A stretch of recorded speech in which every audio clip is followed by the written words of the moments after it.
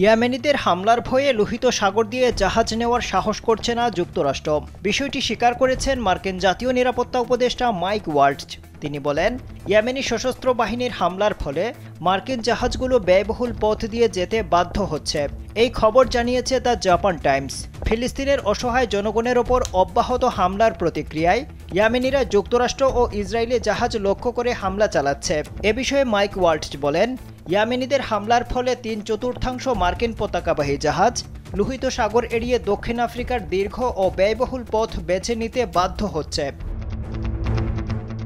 World CBS নিউজকে জানিয়েছেন, 75% মার্কিন পতাকাবাহী জাহাজ এখন সুয়েজ খালের পরিবর্তে আফ্রিকার দক্ষিণ উপকূল দিয়ে যেতে হচ্ছে।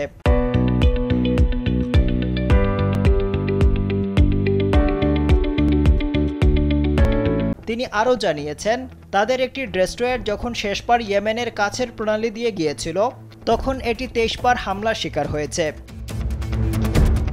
মঙ্গলবার ইয়েমেনের সশস্ত্র বাহিনীর মুখপাত্র ব্রিগেডিয়ার জেনারেল ইয়াহিয়া সারি জানিয়েছেন, ইয়েমেনি সশস্ত্র বাহিনী 2টি জুলফিকার টাইপ ব্যালিস্টিক ক্ষেপণাস্ত্র এবং 2টি ফিলিস্তিন হাইপারসনিক ক্ষেপণাস্ত্র দিয়ে তেল আবিবের বেন গুরিয়ন বিমানবন্দরে হামলা চালিয়েছে।